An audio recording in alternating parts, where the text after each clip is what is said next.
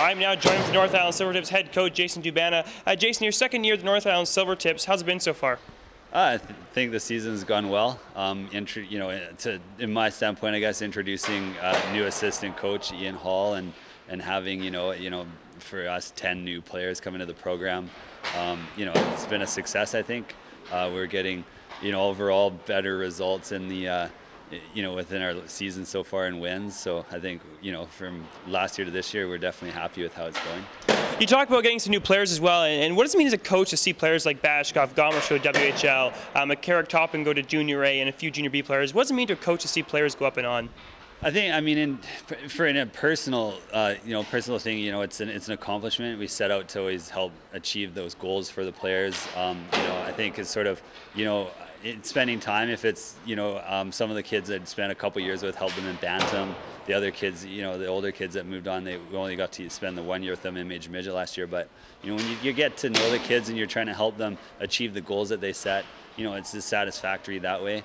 It's also real important for the program, especially a Major Midget program, to have that success that kids are coming there working for, if it's a year or sometimes 2 years, and then getting the opportunities up into the next level. It helps the program grow. And now looking way back to the beginning of the season, a whole new leadership crew because the other ones moved on. Talk about leadership crew. Why Surgeoner? I think, we talked a bit about it from the end of last season, looking at which kids, potentially, were coming back and how, we wanted the direction of the team to go. I think, as far as for the captain, we thought that Joe was a perfect choice for us. He was, committed to come, move to town, be part of the school program, and just the way he conducted himself off the ice as well as on. I think that was also real important. You need your captains to have good relationships with your staff, with myself and the other staff. And I think just the way he conducts himself on the ice, he's a kid that when we ask kids to be more physical, he'll step up. He'll try to lead the team in hits. I think just his character, just to us, was the forefront for what made a decision for us to choose him. A few more weeks remaining in the BC Major Midget League. Where would you like to finish? How would you like to finish, really? Well, we were talking about that on our last road trip, and we feel if we get 3 more wins, out of the last 6 games, we should guarantee ourselves a playoff spot. I think that if we run the table and win them all, we have a good chance to end up in the 6th spot. I think for us, we feel that if we're in the 7th spot, it might be the best matchup for us going into the first round of playoffs. We don't feel that, but I guess we'll have to see for the last weekend. But we didn't feel like we matched up against Valley very strongly. So I think that sort of at this point right now, if we end up playing our first round against the Giants or Rockets, we feel we have a better chance of stealing that. But things could change the last weekend we play Valley. That might be a good indication of that. We maybe have a better chance to beat them. But ultimately, we just have to end the season as strong as we can. And then whoever we meet in the first round, we have to be prepared to beat them, and that's just the way we have to look at it. And finally, Jason, where do you want to see the Silvertips in 5-10 years? Is it a dressing room? Is it a better relationship with minor hockey? Where is it? Well, I think ultimately the program has good relationships with all the minor hockeys in the North Island, and has, I think it's something that you were lucky that way because there's not a lot of AAA in our North Island region for kids. Bantam, there's not a lot of AAA programs, so. For us, it's sort of it's the spot that kids want to end up trying to get to in Major Midgets. So I think ultimately we want to really push to try to get the program to have its own dressing room. Really take the school program that they put together another step further, and just try to take everything just a step more involved with the kids, more involved with just having a facility and just. I think right now with our ice times and stuff, we do a good job of having a very kind of junior-like program. But if you can provide a facility, I think that's that is probably the biggest thing that we need to really work to take our program to that next level. All right, thanks, Jason. We're passing things over to the Nanaimo Ice Center where Aaron Schultz is speaking to Will McNamara. Thanks, Tally. I'm here with forward for the Nanaimo Buccaneers, Will McNamara, despite a 4-1 loss tonight to the Comox Valley Glacier Kings. Now, Will, you took 9 minor penalties tonight. Did that slow your momentum at all tonight?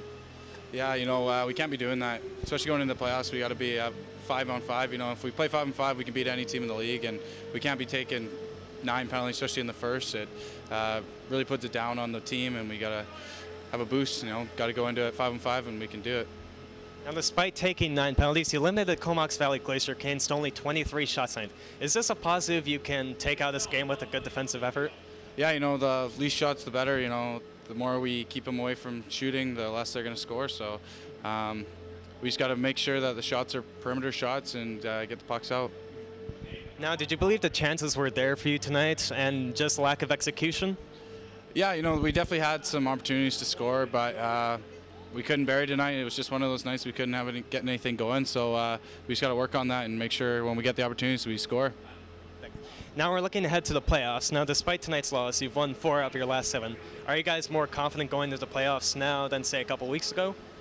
Yeah, absolutely. We've been playing decent hockey lately. Like, tonight wasn't our greatest night, but we've been playing good as a team, and the boys are ready for playoffs, and we just got to play hard, and we can beat any team that we play. Now, final question. You're going to be facing either the Campbell River Storm or the Comox Valley Glacier Canes in the playoffs. Is there any team you would prefer to face?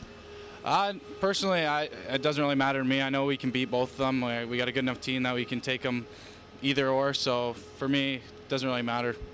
That's Will McNamara for the Nanaimo Buccaneers following an unfortunate 4-1 loss to Comox Valley Glacier Canes here tonight at the Nanaimo Ice Center. Now we're going to send it back to Tally Campbell with Nanaimo Buccaneers part owner Brenda Levesque.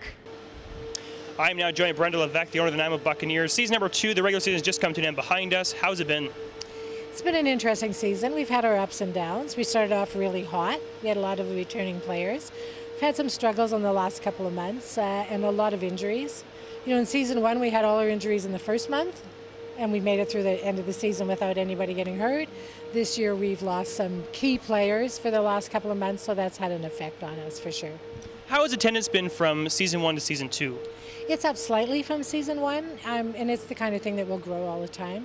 We're finding we're getting more and more hockey fans that go to Clippers games and Buccaneers games, which is good for both of us.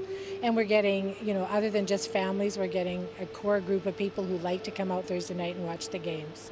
We're pleased with the attendance. Something new for the Buccaneers years, they're now a non-profit society, the Bucks Booster Club. Explain that.